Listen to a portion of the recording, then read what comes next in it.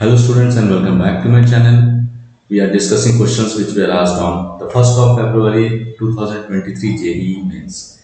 Now in this video we will be discussing questions based on optics and electromagnetic waves. As you can see, in continuation with the other questions, we have question 45. N polarizing sheets are arranged such that each sheet makes an angle 45 degrees with the preceding one. An unpolarized light of intensity I is incident into this arrangement. The output intensity is found to be 1 by 64, the value of N. Now students, suppose unpolarized light of intensity I is made incident on one of the polarizing sheet. As it, suppose this is the transmission axis. As it comes out, it becomes I by 2. So this is the first polarizing sheet. Then the next polarizing sheet is inclined at an angle of, the transmission axis is inclined at an angle of 45 degrees. So as it emerges through this, through the second polarizing sheet, so I2 will become I1 into cos square 45 degrees. This is as per law of Malus. This is as per law of Malus. So I1 is I by 2, cos square 45 degrees again half. So this will be I by 4. Then it again enters another Polaroid that in turn makes an angle 45 degree with the second one. So as it emerges, I3 will be again I2 into cos square of angle between the transmission axis as per law of Malus. So which is again I2 is how much? I by 4. This I take it as I1. Okay. Cos square 45 degrees. So there is a distinct pattern emerging in the solution. Can you see the intensity corresponding to the light which emerges through each Polaroid has a distinct mathematical pattern. So you can see when it emerges through the first Polaroid, the intensity is I upon 2 power 1. When it emerges to the second Polaroid, the intensity is I by 2 square. When it emerges to the third Polaroid, it is I by 2 cube. So when it emerges to the nth Polaroid, it should be I by 2 power n. So if I upon 2 to the power n is given as I by 64, then it implies 2 to the power n is 64. We know 64 is actually 2 to the power 6. So when bases are same, exponents can be equated. So A is the correct option. Then moving to the next question. We have to match the list. Microwaves, gamma rays, radio waves, X-rays are there in list 1, whereas list 2 have some of the properties of phenomena related to this. Okay. So one by one we have to match. So microwaves, gamma rays, they are different. They form different parts of an electromagnetic spectrum. Now you see microwaves. Microwaves are generally produced in klystron bulbs. As you might be knowing that microwave ovens are very recent electronic devices which have been introduced in the market, maybe over a period of I think not more than 20 years, 20 to 25 years basically. Because earlier there were no devices which could produce microwaves. So as soon as klystron bulb was discovered, okay, immediately the market was flooded with microwave ovens. So this is one device which can generate klystron bulb, can generate microwaves. Then gamma rays, as you know, the only source of gamma rays is radioactive decay of the nucleus. Okay, whenever a nucleus undergoes a decay, it will be an alpha decay or a beta decay. Usually it reaches, it gets into excited state, and when it resumes its normal state, it has to emit the excess energy in the form of gamma rays. Of course, that's not a necessary condition, but gamma ray, I mean an alpha decay or a beta decay could be accompanied by a gamma decay. Then, radio waves, as we know, radio waves are generated as a result of rapid acceleration and deceleration of electrons in areas. Areas means we can treat it as antenna. So in an antenna, you know, when fast moving electrons They're accelerated and decelerated. Radio waves are generated. Then X-rays are the result of electronic transition of heavy metals when electrons transit from higher orbits to inner shells. Inner shells. Because when fast moving electrons knock out the other electrons of an atom, okay, the inner from the inner orbits. So electrons in the outer orbit try to assume their position. So that is how X-rays are generated. So A is matched with 4, B is matched with 1, C is matched with 2, D is matched with 3. So C option is the correct answer. Then coming to next question, question number 37. The ratio of average energy density and total average energy density of electromagnetic. You know, students, we all know that in an electromagnetic wave, the energy is distributed equally between electric field and magnetic field. This division is equal division. That is, half of the energy is carried by the electric field and the rest half is carried by the magnetic field in an electromagnetic wave. So basically we can say that the average electric energy density is exactly half the total average density. So B option is the correct option. Then moving to the next question, a thin cylindrical rod of length 10 cm is placed horizontally on the principal axis of a concave mirror of focal length 20 cm. The rod is placed in such a way that the midpoint of the rod is at 40 cm from the pole of the mirror. The length of the image where the mirror will be. Now students, here this question is of course quite simple, but it might consume time. Okay, so we have one alternative method to reduce the time. So we will be using here Newton's law.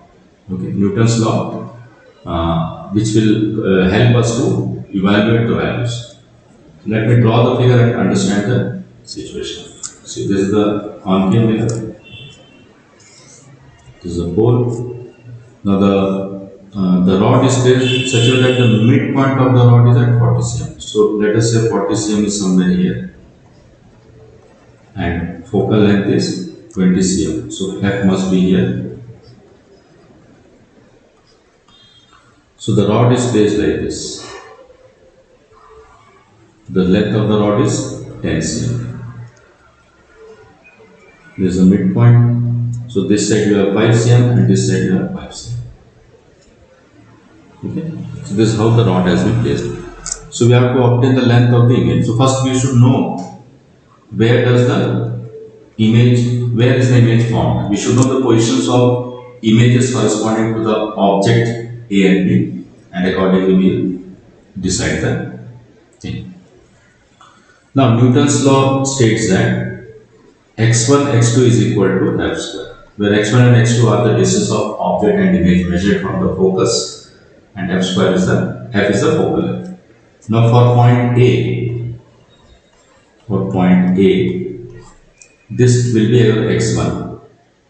Okay, this will be your x1. So you can see that this entire distance is 20 cm, because from here to here it is 20, so here to here also it is 20. So 20 minus 5 will be 15. So we have 15, and x2 is the distance of image from the focus. Is equal to 20 into 20. So we have 5 3s are, 5 4s are. So we have x2 as 80 by 3 cm. So from focus it is to the left of focus at a distance of 80 by 3 cm. Then similarly for point B, so this will be your x1. So this is 20 plus 5, that is 25. So 25 cm into x2 is equal to 20 into 20. So 5 5s are, 5 4s are. Therefore x2 will be 80 by 5 cm. So this is the distance from focus. So from focus you have one of the, that is image of A as 80 by 3 cm, image of B at a distance of 80 by 5 cm. So the distance between them will give you the answer. Is it? Redraw the diagram so that you understand once again what has happened here. Okay. See this. This is the focus. So image of A, that is A dash,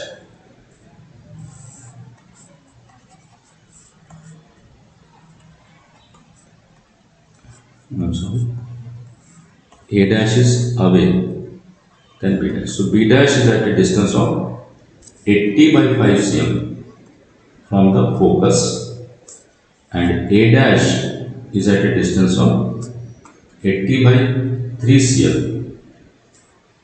Okay, so therefore this is the length of the image. So length of the image will be 80 by 3 minus 80 by 5.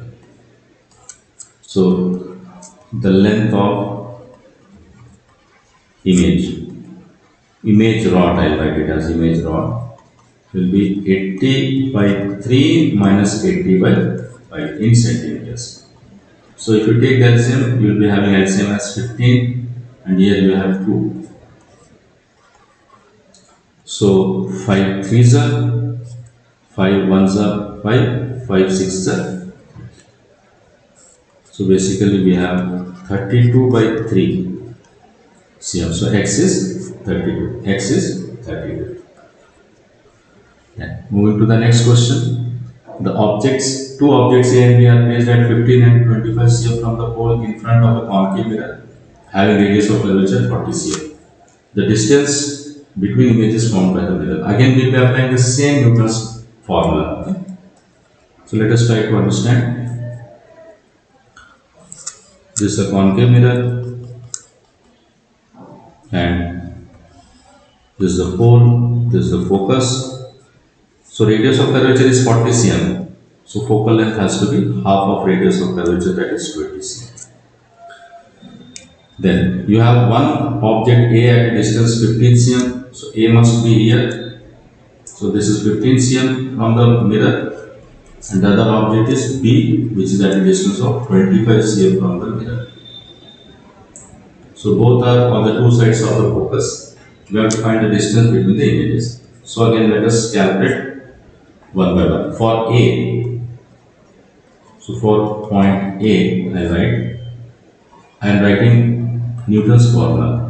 x1 x2 is equal to f square, where x1 and x2 are the distance of object and image measured from the focus.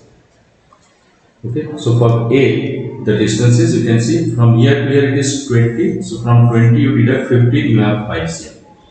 So 5 cm into x2 is equal to 20 into 20. So basically it is 5 4s are. So we have x2 as 4 into 80, 4 into 20, 80 cm. And remember, object and image will be on the same side of the focus. So since object is to the right of focus, image will also be to the right of focus at a distance of 80 cm from the focus. So I will mark this. So this distance is 80 centimeter. Then similarly for point B,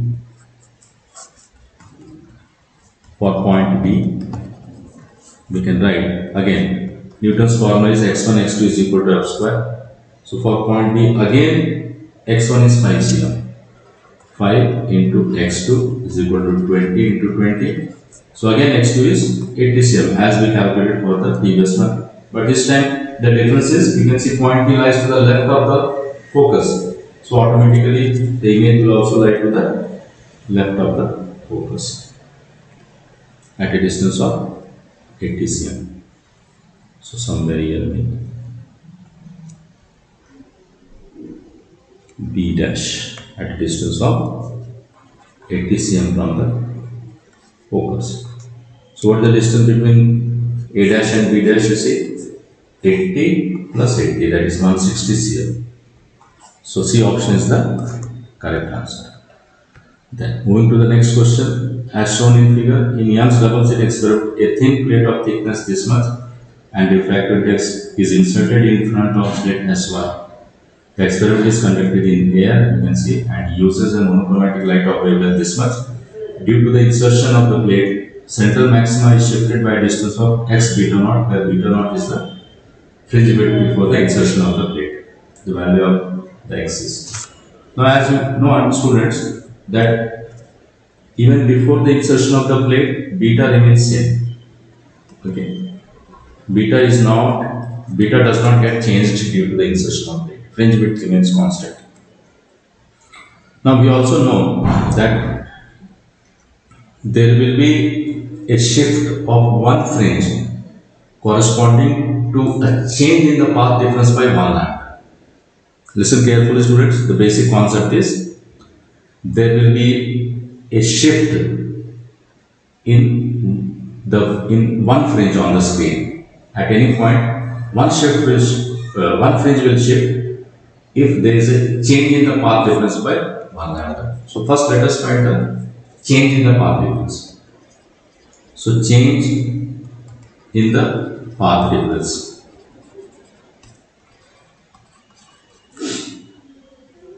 See, if you take any point P, okay, then the initial path difference was, see, change in the path difference will be final path difference minus initial path difference. Okay. Now initial path difference is simply S2P minus S1P. S2P minus S1P. But final path difference will be S2P minus, here this path is, originally it was T, but now it is mu T. Okay. So this will be minus times of mu minus 1 into T, and since we are only interested in path difference, we can take the mod. Okay, so when you take the mod, you get mu minus 1 into T. So you have to remember this formula, students. As a result of the introduction of the slab, the change in path difference between the interfering waves is mu minus 1 into T. Now corresponding to a change of 1 lambda, there is a shift in fringe by 1. One fringe will shift. So therefore, the number of fringes shifting will be equal to mu minus 1 into T upon lambda.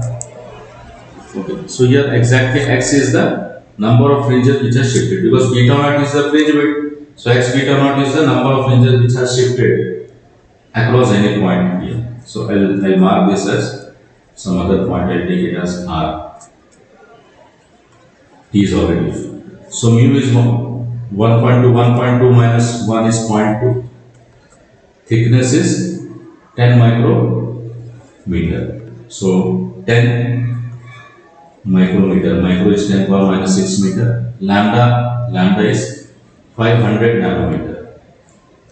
So this is 500 nanometer. I have substituted all the quantities in assignment, so not a problem here. 0 gets cancelled here. We have 2 upon 5 into 10 power. This will be plus 2 and minus 9 is 10 power minus 7. Goes up, becomes 10 power plus 7. 7 minus 6 is this. So finally we have 20 by 4, that is 4. So 4 is the answer, students. That's all, students, in this video. Thank you for watching my channel.